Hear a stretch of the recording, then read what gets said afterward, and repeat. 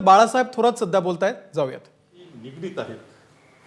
कोणत्या बदलांकरता आम्ही आग्रही नाही, तर महाराष्ट्राच्या जनतेच्या हिताचे काही निर्णय व्हावेत ही अपेक्षा आमची आहे आणि त्यासाठी बैठक आम्ही मागतो आहोत. खाटेचं कुरकुरनं ऐकून तर घ्यावं. ते ऐकलं तर माझ्या मते समाधान माननीय मुख्यमंत्री महोदयांचं होईल.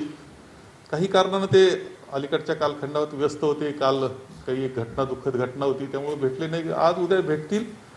आम्ही आमचं म्हणणं त्यांना मांडू आणि आम्ही म्हणणं मांडल्यानंतर खरं जे सामनानं पुन्हा एकदा आग्रहलेख लिहावा, कारण त्यांची अपूर्ण माहितीमुळं उगाच चुकीचा संदेश हा आमच्याबद्दल जातोय.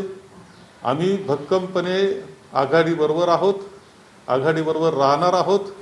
त्यामुळं आम्हाला एक चर्चा, काही गोष्टींचा डायलॉग, आम्ही एकत्र असतो त्यावेळेस जे काही चर्चा होऊ शकत नाही कॅबिनेटमध्ये, असे काही विषय असतात की ते बोलले पाहिजेत. काही व्यथा असली तर ती सांगितली पाहिजे.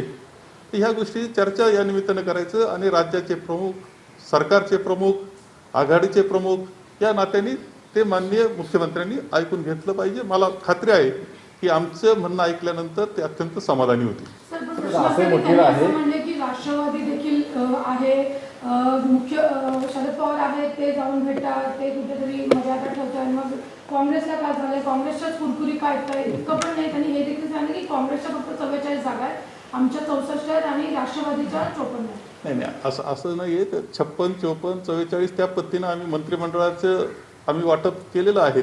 त्या पद्धतीनंच आम्हाला मंत्रिमंडळात जागा मिळालेल्या आहेत. हा विषय आता तो वादाचा विषय नाही. राज्याच्या हिताच्या दृष्टीनं काही निर्णय अपेक्षित आम्हाला आहेत आणि त्यासाठी आम्हाला भेट घ्यायची आहे. त्यात असं म्हटलं आहे अशोक चव्हाणांची कुरकुर जास्त आहे, बाळासाहेब थोरात संयमी आहेत. नाही, मी सांगितलं आपल्याला की अपूर्ण माहितीवर बोललं जातंय. अपूर्ण माहितीवर हा आग्रहलेख लिहिला आहे, त्यामुळं तसं होऊ शकतं. आमची भेट झाल्यानंतर त्यांनाही वस्तुस्थिती समजेल. पुन्हा एक चांगला आग्रहलेख येईल.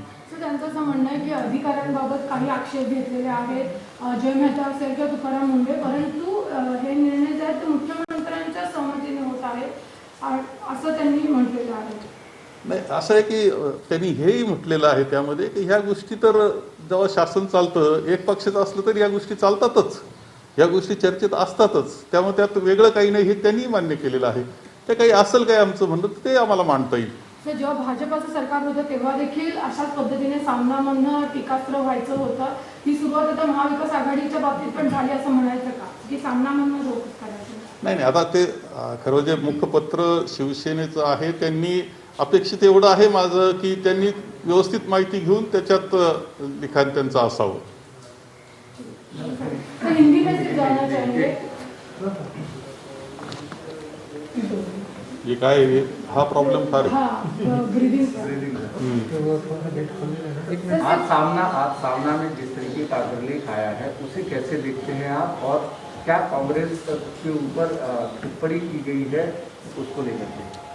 नहीं, कांग्रेस के ऊपर टिप्पणी ऐसा ही नहीं. हमारी कुछ डिस्कशन के पॉइंट्स है, वो हमें सीएम साहब के साथ बात करनी है और हमने टाइम मांगा है. आज कल टाइम मिल जाएगा तो हम बात करेंगे.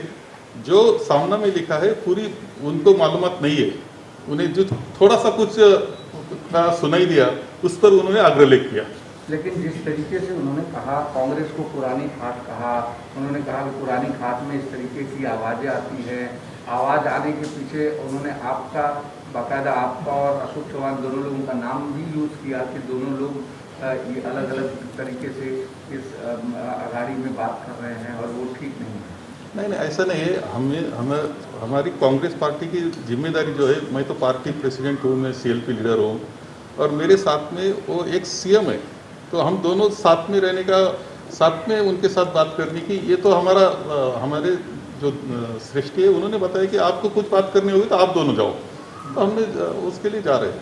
लेकिन आप कांग्रेस को लेकर के पहले ऐसे बीजेपी को लेकर इस तरीके की टिप्पणी, जब बीजेपी के साथ शिवसेना थी तो अग्रलेख के जरिए टिप्पणी शुरू होती थी. इस बार उन्होंने कांग्रेस पर टिप्पणी की और कहा है कि एनसीपी थोड़ा शालीन रहती है लेकिन आप लोग गलत तरीके से, गलत वे में बात करते हैं.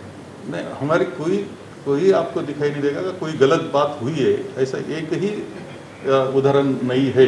कोई गलत बात नहीं. कुछ मांग है हमारी जनता के लिए है, हमारी कुछ हमारी व्यथा है वो भी हमें बतानी है, तो इसके लिए तो हमें टाइम 1-to-1 चाहिए सीएम साहब के साथ। उस दिन निसर्ग को लेकर जो एक महत्वपूर्ण बैठक थी जिसमें पवार साहब थे, वित्त मंत्री थे, चीफ सेक्रेटरी थे, उस समय आप भी मुंबई में मौजूद थे। आपका मंत्रालय बेहद अहम मंत्रालय है, राजस्व मंत्रालय, आपदा प्रबंधन उसमें आता है, लेकिन दोनों मंत्रालयों को निमंत्रण नहीं मिला। इस तरीके की जो चीज़ें हो रही हैं उससे क्या कांग्रेस को कुछ ऐसे सवाल हैं मन में जो सीएम साहब को पूछेंगे कि नहीं, ऐसा कुछ नहीं है।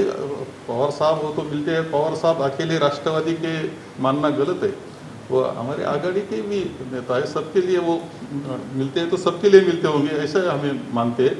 और जब जरूरत पड़ती है तो हमारे साथ काम पर डायलॉग तो निश्चित होता है। सामना को लेकर के क्या कहेंगे? सामना में जिस तरीके के लेख आ रहे हैं कांग्रेस को लेकर के, नहीं, आज ही आया है अग्र लेख, और पूरी मालूमात ली नहीं, और उन्होंने अग्र लेख लिखा है।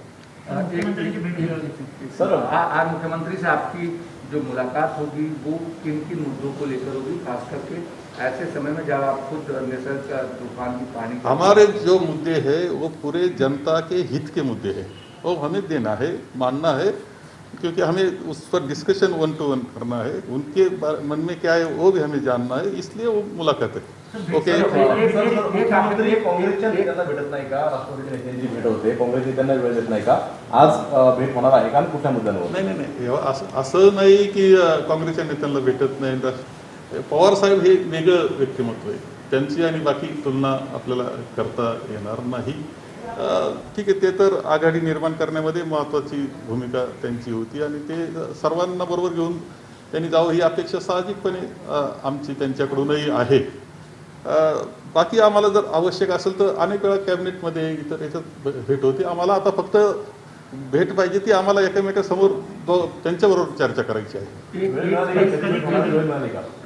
अद्याप वेळ मिळाली नाही, काल तर वेळ देत होते, अचानक दुःखद घटनेमुळे देऊ शकले नाही। एक सवाल ये है कि एमएलसी को लेकर 12 जो सीटें हैं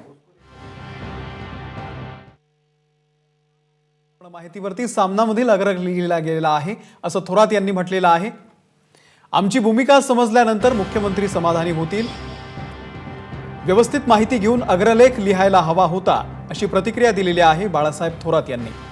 सामनामध्ये आज अग्रलेख लिहिण्यात आलेला आहे, त्यामध्ये काँग्रेसवरती टीका करण्यात आलेली आहे। सरकारच्या निर्णय प्रक्रियेमध्ये काँग्रेसला डावललं जात आहे असं थोरात यांचं म्हणणं होतं। काँग्रेस नेत्यांकडून अंतर्गत खदखद आता चव्हाट्यावरती आली आहे। थोरात आणि अशोक चव्हाण आज मुख्यमंत्र्यांना भेटणार आहेत आणि या भेटीमधून नेमकं काय होतंय ते पाहावं लागेल।